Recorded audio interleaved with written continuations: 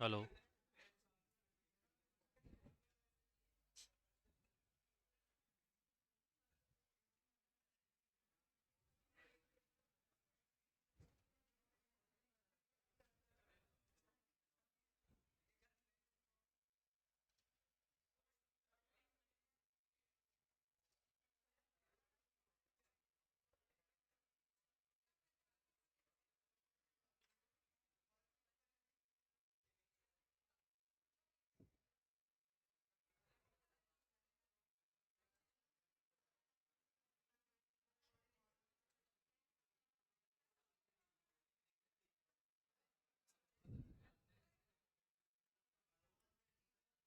हाँ जी, चलिए आगे बढ़ते हैं लास्ट क्लास से।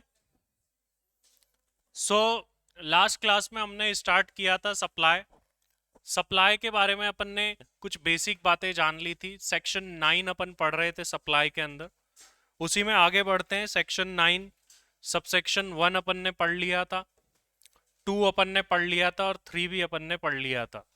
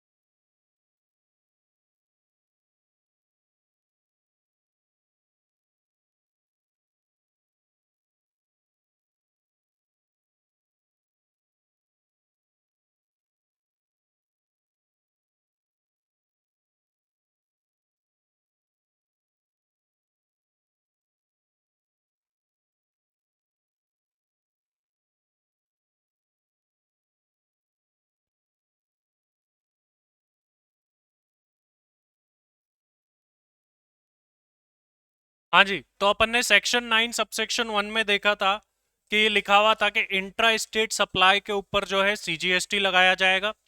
फिर इसके अंदर अपन ने देखा था कि alcoholic liquor for human consumption पर नहीं लगेगा। इसके बाद में देखा था किस वैल्यू पे लगेगा, तो ट्रांजैक्शन वैल्यू जो कि सेक्शन 15 में बताई गई है उसके ऊपर लगेगा। फिर किस रेट से लगेगा, जो जीएसटी काउंसिल बताएगी उस रेट से लगेगा। जीएसटी काउंसिल ने अलग अलग रेट्स बता रखी है। मैक्सिमम 20% जीएसटी की है, तो जीएसटी की मैक्सिमम 40% रेट है। टैक्स कौन पे करेगा? टैक्सेबल पर्सन पे करेगा। उसके बाद 9 सबसेक्शन 2 में देखा था कि कुछ चीजों के ऊपर जो है अभी जीएसटी नहीं लगाया गया है। जब काउंसिल रिकमेंड करेगी तब जो है इन पर जीएसटी लगा दिया जाएगा। 9 सबसेक्शन 3 अपन पढ़ रहे थे, देखा जब रिसिपिएंट को टैक्स पे करना पड़ता है तो उसको बोलते हैं रिवर्स चार्ज। तो आरसीएम के अंदर टैक्स पे करने की लाइबिलिटी जो है रिसिपिएंट की आती है। लेकिन ये हमेशा नहीं होता है। कुछ स्पेसिफाइड गुड्स और सर्विसेज है जिन पर आरसीएम लगता है। उसमें सर्विस प्रोवाइडर या जो प्रोवाइडर ऑफ गुड्स है वो भी स्पेसिफाइड होना चाहिए और रिसिपिएंट भी स्पेसिफाइड होना चाहिए, हमेशा नहीं लगा करता है। ये सारी बातें अपन ने देख ली थी। अब अपन इससे आगे बढ़ते हैं सेक्शन 9 सबसेक्शन 4 की तरफ। और 9 सबसेक्शन 4 में देखते हैं क्या लिखा हुआ है। तो देखिए हमने देखा था कि स्पेसिफाइड गुड्स और सर्विसेज के लिए, इसको बंद कर दो, गुड्स और सर्विसेज के लिए कि अगर कोई स्पेसिफाइड गुड्स और सर्विसेज स्पेसिफाइड पर्सन सप्लाई करता है तो आरसीएम लगता है। सेक्शन 9 सबसेक्शन 4 में और केसेस है, उसमें भी आरसीएम लगता है। कैसे लगता है आरसीएम? देखिए यहां पर क्या बताया गया कि यदि कोई व्यक्ति, ये एक सप्लायर है और ये जो सप्लायर है ये अनरजिस्टर्ड है,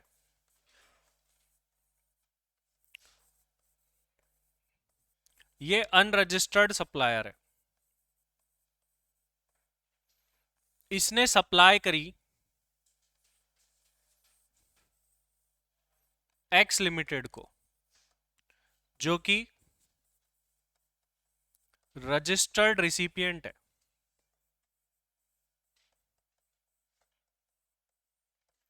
तो अनरजिस्टर्ड व्यक्ति जब रजिस्टर्ड को सप्लाई करेगा तो ये अनरजिस्टर्ड व्यक्ति तो जीएसटी चार्ज कर नहीं सकता। जीएसटी चार्ज करने के लिए रजिस्टर्ड होना जरूरी है, टैक्सेबल पर्सन होना जरूरी है। लेकिन कुछ केसेस ऐसे हैं जिसमें यह बताया गया है कि अगर अनरजिस्टर्ड व्यक्ति रजिस्टर्ड को सप्लाई करता है तो रजिस्टर्ड पर सेक्शन 9 सबसेक्शन 4 के अकॉर्डिंग टैक्स पे करने की लायबिलिटी आ सकती है। हमेशा नहीं आएगी, कुछ वही स्पेसिफाइड केसेस है जिनके अंदर ऐसा होगा। तो पहला केस जो है 9 सबसेक्शन 3 आरसीएम वाला, उसमें तो सप्लायर और रिसिपिएंट दोनों क्या होने चाहिए, रजिस्टर्ड। 9 सबसेक्शन 4 में क्या है, सप्लायर तो अनरजिस्टर्ड है और रिसिपिएंट क्या है, रजिस्टर्ड है। तो रिसिपिएंट के ऊपर भी टैक्स पे करने की लायबिलिटी आ सकती है, ये सेक्शन 9 सबसेक्शन 4 ने बोला है। देखो यहां पर क्या बोला गया है, supply of notified categories of goods और सर्विसेज और both by an unregistered supplier. Supplier कौन है, unregistered, to notified classes of registered person. और जो रिसिपिएंट है वो सारे नहीं, जो नोटिफाइड है कि हाँ ये वाला रिसिपिएंट अगर होगा तो जो है इस सेक्शन में कवर होगा। तो जरूरी नहीं है, मान लो आप एक इंडिविजुअल है, अनरजिस्टर्ड सप्लायर है वो भी इंडिविजुअल है, रिसिपिएंट जो है वो भी इंडिविजुअल है और रजिस्टर्ड है, तो क्या इसमें कवर्ड हो जाएगा, ऐसे नहीं होगा। वो क्या होना चाहिए कि नोटिफाइड होना चाहिए कि भाई ये व्यक्ति, जैसे मान लो ऐसा लिख दिया, कोई इंडिविजुअल अनरजिस्टर्ड पर्सन अगर रजिस्टर्ड कंपनी को सप्लाई करेगा तो इसमें कवर होगा, तो तभी लगेगा। अब ऐसे मान लो कंपनी की जगह कोई इंडिविजुअल हो गया तो नहीं लगेगा ये सेक्शन। तो अल्टीमेटली अभी तो ये पूरा चैप्टर है आरसीएम का, वहां पर जानने वाले हैं इसको। तो कहने की बात यह है कि कुछ नोटिफाइड गुड्स और सर्विसेज है जो कि कौन सप्लाई कर रहा है, अनरजिस्टर्ड सप्लायर।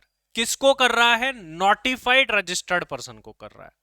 तो फिर जो सेक्शन 9 सबसेक्शन 4 है वो वहां पर लगता है। और क्या बात बोली गई है देखिए, all the provisions of the CGST act shall apply to the recipient in the aforesaid cases as if he is the person liable to paying the tax in relation to supply of goods or services both।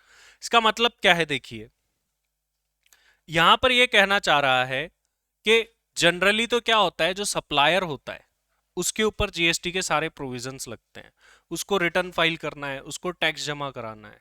लेकिन अगर ये section लगता है, section 9 subsection 4 बोल लो या section 9 subsection 3 बोल लो, जिनमें tax पे करने की लायबिलिटी किस पर आती है, रिसिपिएंट पर आती है। तो बोला गया कि रिसिपिएंट पर भी सारे जीएसटी के प्रोविजन वैसे के वैसे ही अप्लाई होंगे जैसे कि सप्लायर पर होते हैं, सेम टू सेम अप्लाई होंगे। ये बात यहां पर बोली गई है। ऑब्वियस सी बात है, जो टैक्स पे कर रहा है उस पर सारे प्रोविजन सेम अप्लाई होंगे, चाहे वो सप्लायर हो या वो फिर वो रिसिपिएंट हो। यहां पर क्या बात बोली गई है, पढ़िए इसको एक बार इस पैराग्राफ में।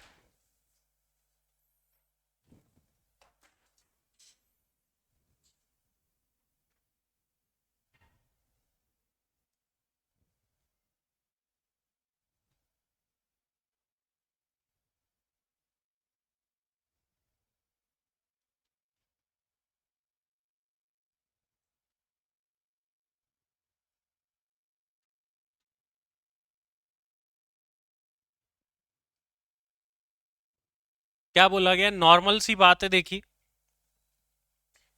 it is important to note that GST being an indirect tax, burden of tax is always passed on to the recipient, but the supplier collect the tax from his customer। Generally क्या होता है, indirect tax का burden किस पे जाता है, customer पर, but वो टैक्स कौन कलेक्ट करता है, सप्लायर कलेक्ट करता है। ठीक है, अब आगे देखिए क्या बोला गया, but the supplier collect the tax from his customer and then pays to the government. But under RCM, the recipient himself pay the tax to the government directly, and supplier collect only value of goods or services from the recipient. Therefore, under RCM, the burden of compliance requirement, मतलब registration लेने की जिम्मेदारी GST का, tax deposit कराने की, return file करने की, ये सारी किस पर शिफ्ट हो जाती है? रिसिपिएंट पर शिफ्ट हो जाती है।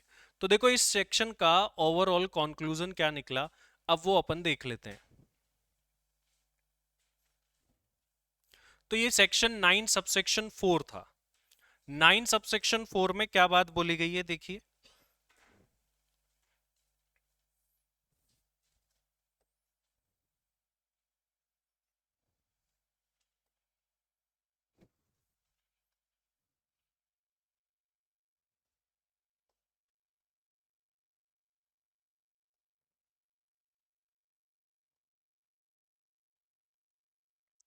This section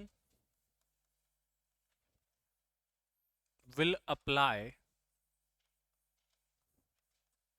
when notified goods or services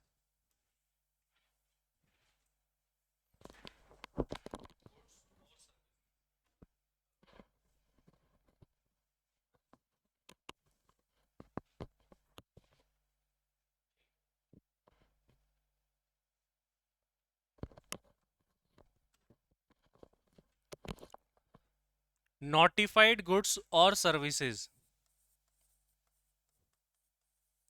are being supplied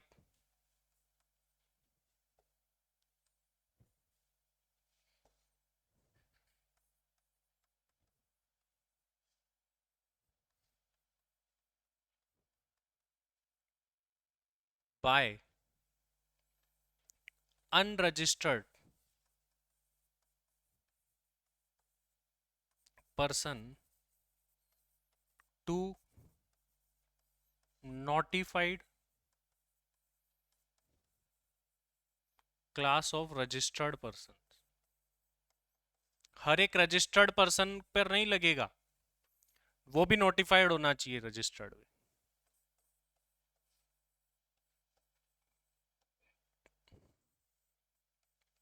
all provisions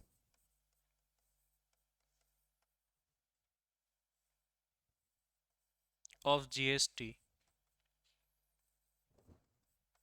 will be same applicable on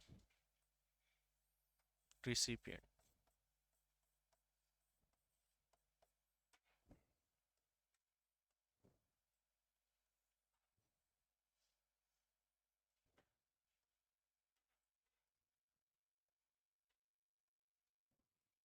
ये हो गया अपना सेक्शन 9 सबसेक्शन 4। इसमें किसी का कोई सवाल है? चलिए आगे बढ़ते हैं सेक्शन 9 सबसेक्शन 5 की तरफ। सेक्शन 9 सबसेक्शन 5 क्या बोल रहा है? Tax payable by eco. 9 subsection 5 के बारे में अपन बात करने वाले हैं, tax payable by eco.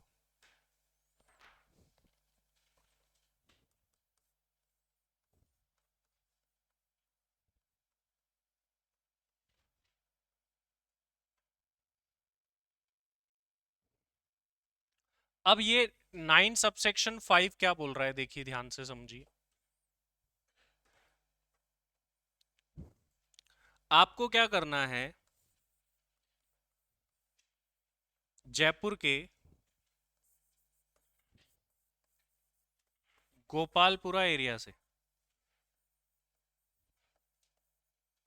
Mansarovar area जाना है।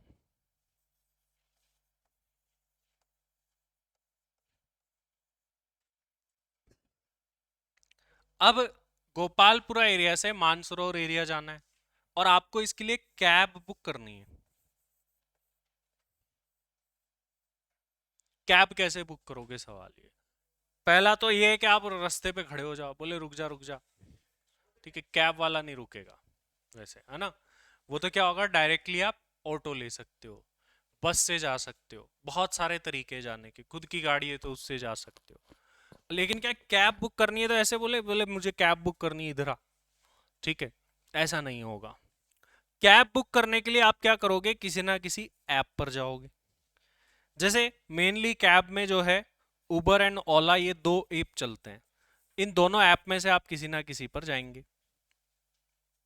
इनकी हेल्प से आप कैब बुक करेंगे। आपने कैब बुक कर दी, क्या उबर का मालिक आके बोलेगा बाहर खड़ा हूं आजा? कौन आएगा? आएगा ड्राइवर, कोई थर्ड पर्सन आएगा। कैब बुक आप करोगे तो ये उबर और ओला वाले ऑर्डर फॉरवर्ड करेंगे, जो आपकी बुकिंग है वो फॉरवर्ड करेंगे ड्राइवर को। फिर आपके पास में ये ड्राइवर आएगा और ये ड्राइवर जो है आपको आपका जो भी पॉइंट है जहां से शेड्यूल, जो आपका पिकअप पॉइंट है वहां से लेगा और जो आपका ड्रॉप पॉइंट है वहां पर छोड़ देगा। अब पेमेंट करने के लिए आपके पास में दो ऑप्शन होते हैं, या तो आप क्या कर सकते हैं कैश, या फिर आप क्या कर सकते हैं ऑनलाइन। इसकी कोई रिसिप्ट वगैरह आती है क्या? नहीं आती। कैसे नहीं आती? आती है फोन पे, मेल पे आती है, फोन पे आती है, ठीक है, ऐप के अंदर आती है। आप खोल के आपने कभी देखी नहीं वैसे, ठीक है। शुरू में पैसे बता देता है इतने देने हैं, वो राइड खत्म करता है इतने रुपए हैं, ठीक है, दैट्स इट। क्या वो जो पैसे आपसे लेता है उसमें टैक्स होता है कि नहीं होता? सवाल ये, उसमें जीएसटी होता है। तो लेट सपोज कि आपको इस राइड के लिए 100 रुपीज पे करने पड़े, और इस 100 रुपीज में 18 रुपीज क्या थे? जीएसटी के थे। आप यहां पर क्या है, आप तो यहां पर सर्विस रिसिपिएंट है,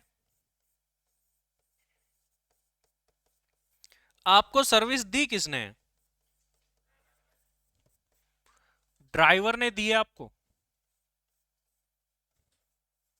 ड्राइवर सर्विस प्रोवाइडर है, ओला और उबर ने थोड़ी दी। अभी तो मैंने बोला उबर वाला खुद थोड़ी आएगा लो चलो। तो आप सर्विस रिसिपिएंट है, ड्राइवर आपको सर्विस प्रोवाइडर है। बट इन दोनों को मिलाने के लिए एक कंपनी काम कर रही है जो कि है उबर या ओला। इनको बोलते हैं ई कॉमर्स ऑपरेटर, ईसीओ। ईसीओ बोला जाता है, ई कॉमर्स ऑपरेटर।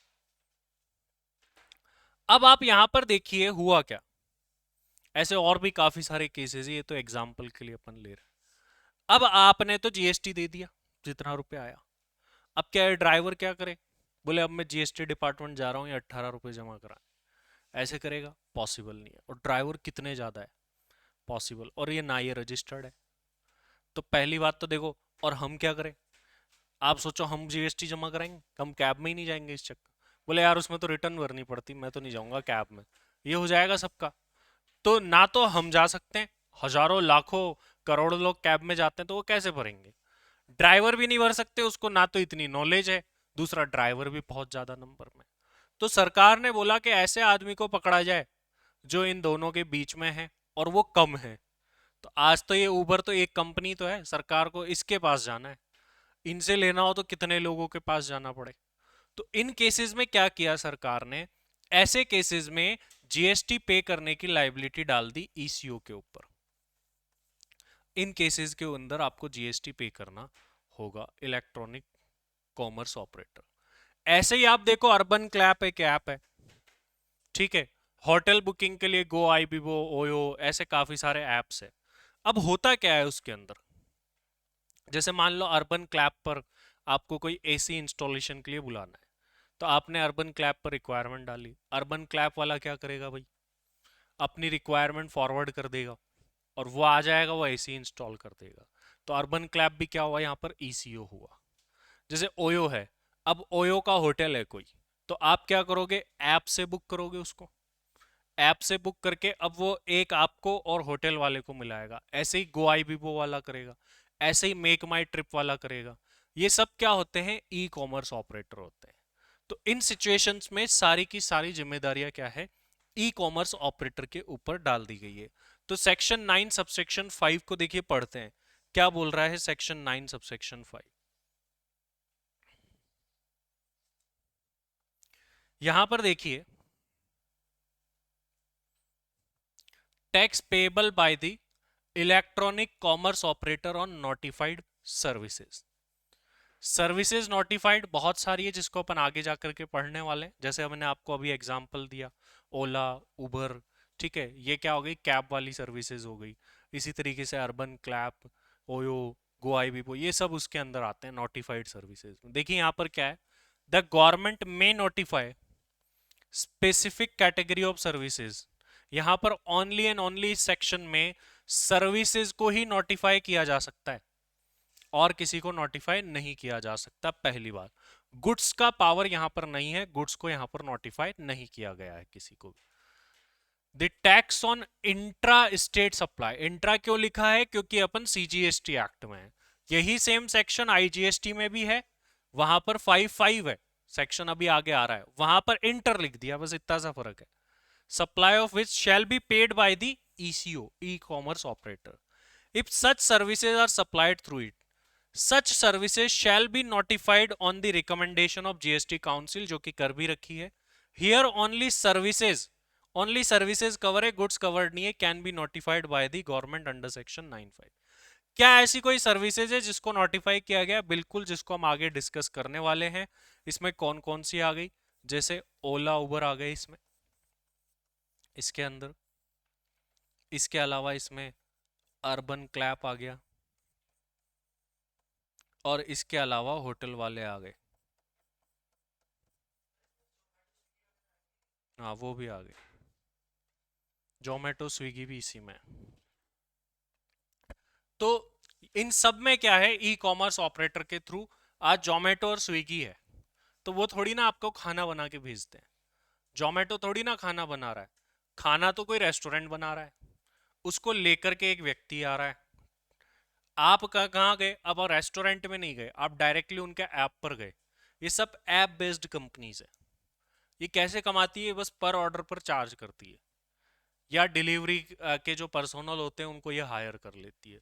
रेस्टोरेंट अगर खोलना हो, जैसे मान के चलो जोमेटो को रेस्टोरेंट खोलना है, तो कितना मुश्किल है, मतलब देश के हर एरिया में रेस्टोरेंट खोलना पड़ेगा उसको, करोड़ों रुपए लगाने पड़ेंगे उसको, तो वो पॉसिबल नहीं है। तो ये लोग क्या है, इसको बोलते हैं एग्रीगेटर मॉड्यूल, एग्रीगेटर बोलते हैं इनको। एग्रीगेटर क्या होता है, जो बिखरे हुए लोग हैं जिनको साथ में लेकर के आता है, उसको एग्रीगेटर बोला जाता है। तो आप कभी कोई शार्क टैंक वगैरह देखोगे तो उनमें ऐसा है, एग्रीगेटर मॉडल पर हम काम कर रहे हैं, ऐसे कर रहे हैं, ये वर्ड्स आते हैं। तो ये क्या होते हैं, एग्रीगेटर मतलब जो काफी सारे लोगों को एक साथ लाए। जोमेटो हो गया, स्विगी हो गया, ये ओला उबर तो खुद की कैब भी होती है, और बाहर की जनरली, खुद की तो बहुत ही कम होती है, बाहर की होती है। इधर भी अर्बन क्लैप में भी ऐसा है, गो आईबीबो ओयो में भी ऐसा है, इनके खुद के थोड़ी ना है, ये तो एग्रीगेट कर रहे हैं। मतलब ये इनका काम क्या है कि कस्टमर को और सप्लायर को मिलाने का काम है, बाकी तुम जानो आपस में, ये तो ओनली कंपनी जो है मिला देती है उन दोनों को। तो इसको बोलते हैं एग्रीगेटर मॉड्यूल पर काम करना, उस पर ये काम करते हैं। चलिए, तो सेक्शन 9 सबसेक्शन 5 अपन जान चुके हैं, इसको फटाफट से अपन अपने समरी में डाल देते हैं। Section 9, hmm.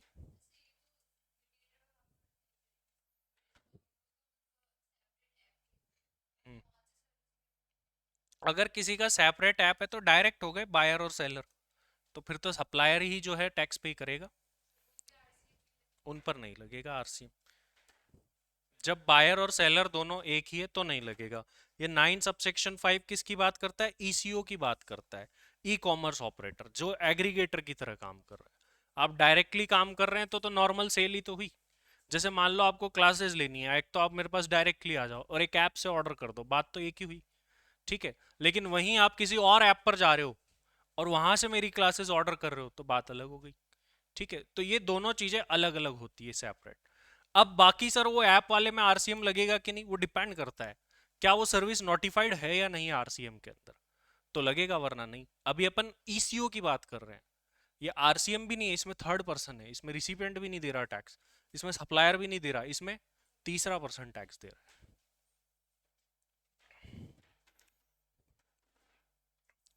Under this section,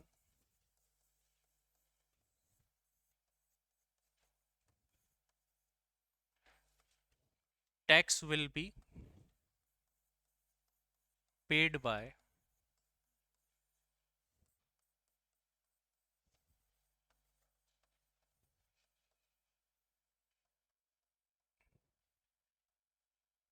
e-commerce operator,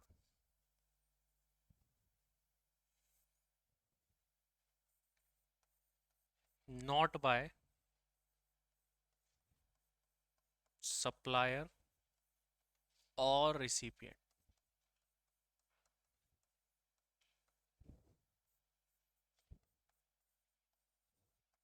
example क्या क्या है?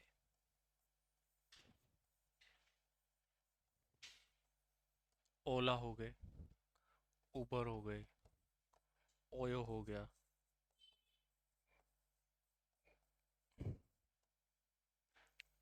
ये सारे जो हैं इसके एग्जाम्पल्स।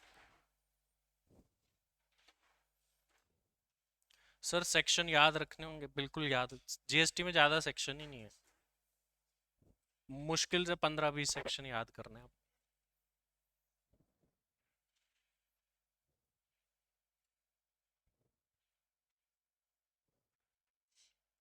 तो सेक्शन 9 सबसेक्शन 5 भी अपन पूरा कर चुके हैं। तो 9 सबसेक्शन 1 बोलता था इंट्रा स्टेट सप्लाई पर टैक्स लगाएंगे। 9 सबसेक्शन 2 क्या बोलता था? कुछ चीजों पर टैक्स नहीं लगाएंगे। 9 सबसेक्शन 3 क्या बोलता था? आरसीएम के बारे में बात करता था। 9 सबसेक्शन 4 जो है अनरजिस्टर्ड के बारे में, और 9 सबसेक्शन 5 जो है ईसीओ के बारे में बात करता था। क्लियर है ये सारी बातें? किसी का कोई सवाल इन सारे सेक्शंस में? अब यही सारी की सारी सेम बातें आईजीएसटी एक्ट में लिखी हुई, एक्सेप्ट एक दो बातें छोड़ करके। तो अपन क्या करते हैं, यहां पर अभी ऑब्लिक लगा देंगे सेक्शंस में, मतलब यही सेम आईजीएसटी में भी है, जहां नहीं है उसको अलग से पढ़ेंगे। देखिए क्या बोला गया यहां पर।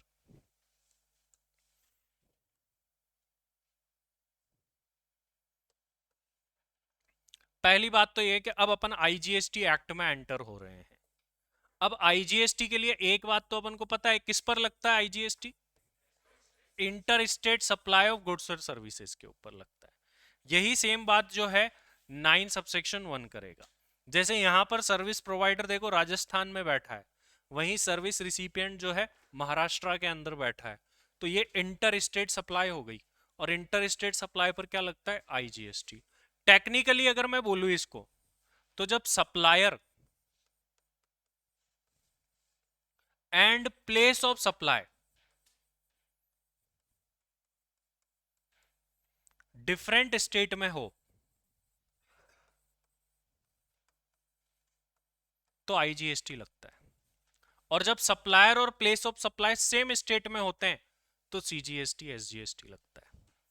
तो ये टेक्निकल है ये, क्योंकि अपन आगे जाकर के प्लेस ऑफ सप्लाई का चैप्टर पढ़ेंगे तब अपन इस चीज को वहां कनेक्ट करेंगे। तो अभी इसमें दोनों जो है बाहर है। अब देखिए बातें क्या क्या बोली गई है। उधर 9 था सेक्शन, इधर 5 है, बातें बिल्कुल सेम मिलेगी अपन को, एक्सेप्ट दो चार बातें अलग। 5 सबसेक्शन 1, उधर 9 सबसेक्शन 1 था। 9 सबसेक्शन 1 क्या बोलता था? इंट्रा स्टेट सप्लाई पर सीजीएसटी लगाएंगे। 5 सबसेक्शन 1 क्या बोलता है? इंटर स्टेट सप्लाई पर आईजीएसटी। तो इसकी समरी जो अपन बनाएंगे, ज्यादा लिखना नहीं पड़ेगा अपन को, कुछ में तो अपन सेम लिख देंगे, same as this, same as this. तो अब अपन इस सेक्शन की समरी देखें तो इसको फटाफट से बना लेते हैं, दो चार बातें अलग है, बाकी में तो अपन लिख देंगे सेम है। सेक्शन 5 ऑफ आईजीएसटी, ये आईजीएसटी का है।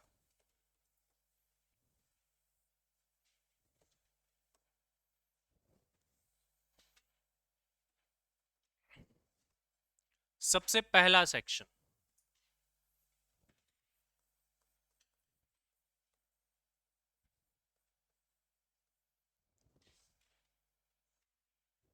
सेक्शन 5 सबसेक्शन 1, ये थोड़ा सा अलग है, तो इसको अपन सेम एज सेक्शन 9 सबसेक्शन 1 नहीं लिख सकते।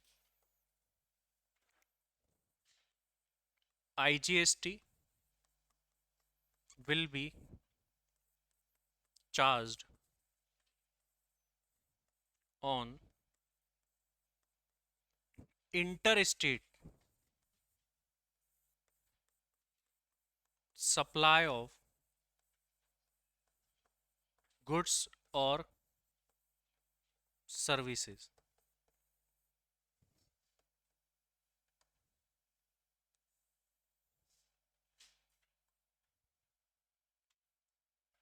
ये 5 सबसेक्शन 1 हो गया, बड़ा सिंपल सा।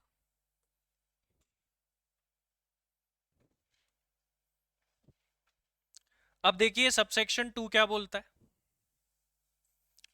यहां पर सिंपल सी बात बोल दी। अब यहां पर एक और बात बोली गई है, ध्यान से समझिएगा इस बात को। क्या बात बोली गई है?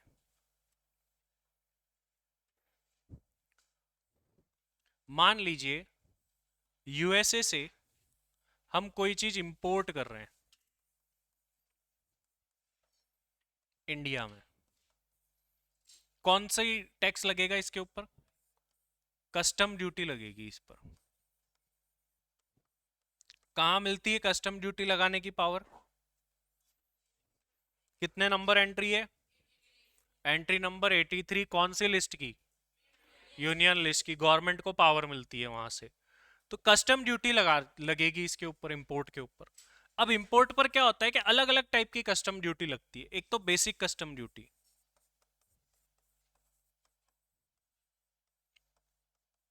इसी तरीके से anti dumping duty, safeguard duty, countervailing duty, ऐसी अलग अलग टाइप की ड्यूटीज लगती है। एक ड्यूटी या टैक्स जो कि ऑलवेज लगेगा, एक तो कस्टम ड्यूटी इंपोर्ट के ऊपर और एक है आईजीएसटी। जब भी किसी गुड्स या सर्विस को इंपोर्ट किया जाएगा उसके ऊपर भी क्या लगेगा? आईजीएसटी लगेगा। मैंडेटरीली है, हमेशा लगेगा। जब कस्टम के अंदर अपन प्रैक्टिकल क्वेश्चंस करेंगे, जब अपन ये कस्टम ड्यूटी वगैरह निकालेंगे, तो वहां पर अपन देखेंगे कि हमेशा आईजीएसटी आपको आंख बंद करके लगाना ही लगाना है, चाहे बोले या ना बोले, हमेशा आईजीएसटी लगता ही लगता है।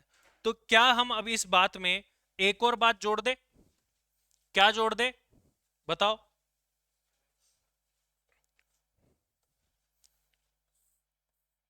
IGST will also be charged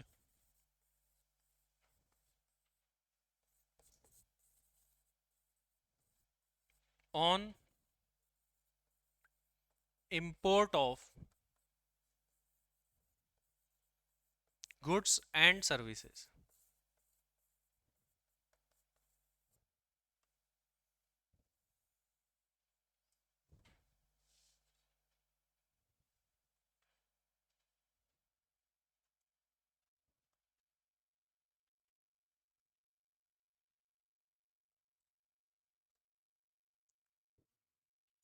तो यहां पर अपना सेक्शन 5 सबसेक्शन 1 देखिए वापस से एक बार। Import of goods or services are treated as inter-state supply.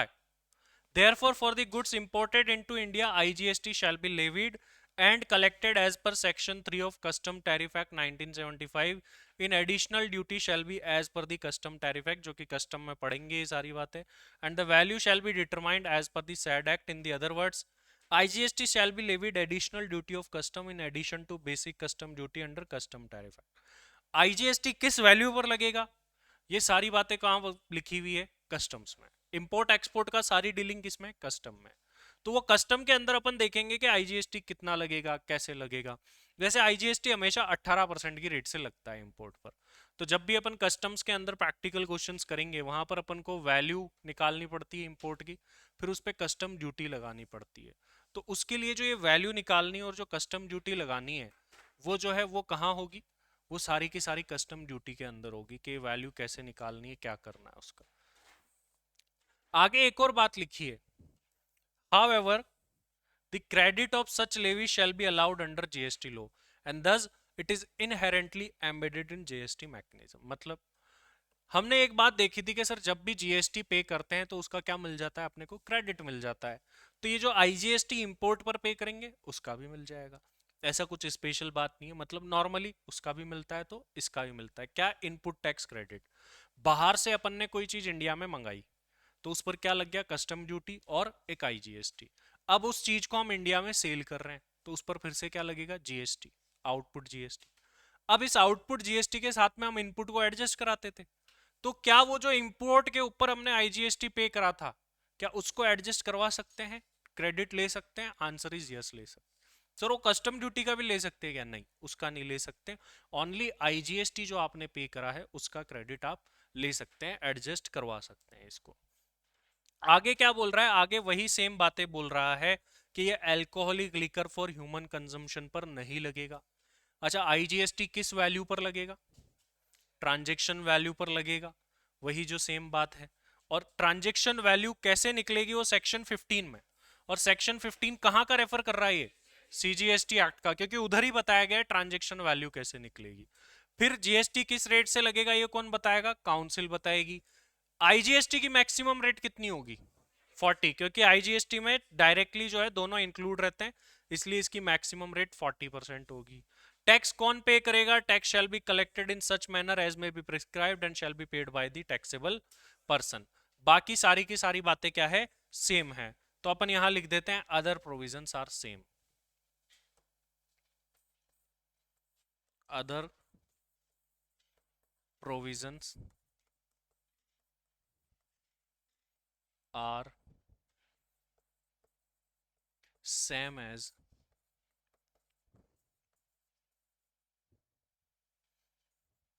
Section 9 subsection 1।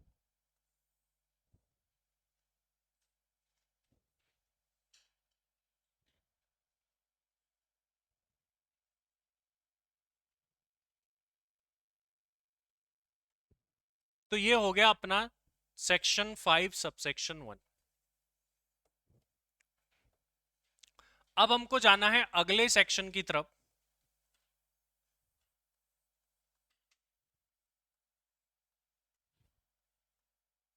Section 5 subsection 2। इसमें अपन को कुछ भी नहीं पढ़ना है, ये सेम एज 9 सबसेक्शन 1 है। मतलब कुछ चीजों पर सीजीएसटी नहीं लगता था, तो लिख दिया अब इन कुछ चीजों पर आईजीएसटी नहीं लगेगा।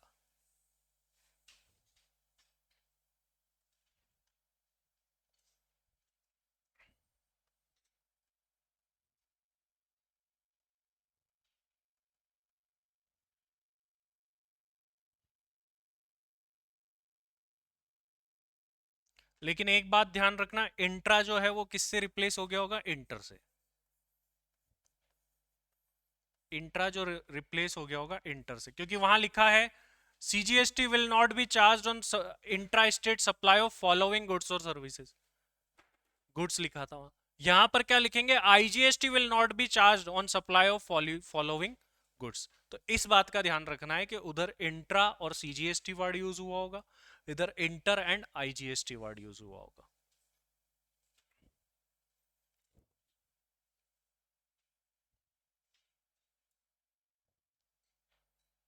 ये बिल्कुल सेम टू सेम है, ठीक है। और सारी की सारी बातें वही है, बस यहां पर सीजीएसटी की जगह आईजीएसटी आ गया है। सर फिर 5354 में क्या है? वो भी बिल्कुल सेम है, कोई चेंज नहीं है इसके अंदर भी, सब कुछ सेम टू सेम है। आरसीएम का सेक्शन था, वही आरसीएम का सेक्शन है। 94 के अंदर क्या आएगा सर?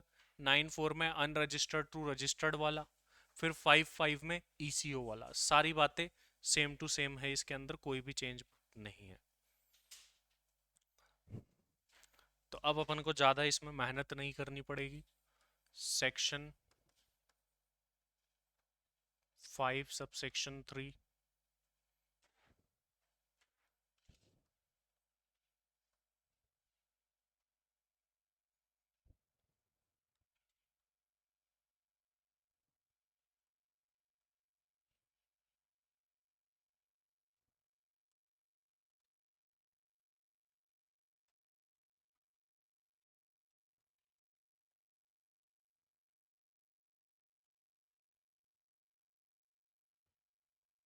थ्री फोर और 5 लिख लो।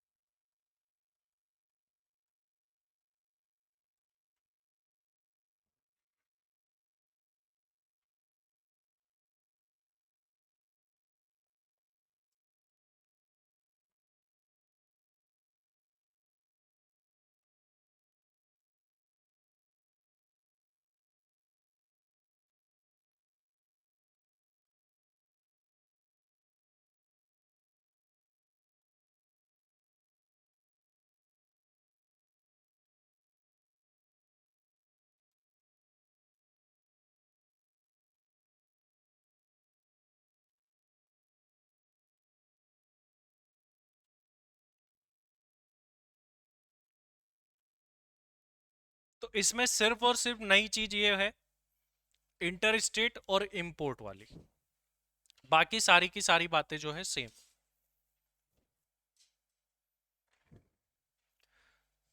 इससे आगे अपन नेक्स्ट क्लास में बढ़ेंगे और एक बहुत ही इंपॉर्टेंट चैप्टर सप्लाई स्टार्ट करेंगे इसी के अंदर, जहां से सबसे ज्यादा क्वेश्चंस बनते हैं एग्जाम में।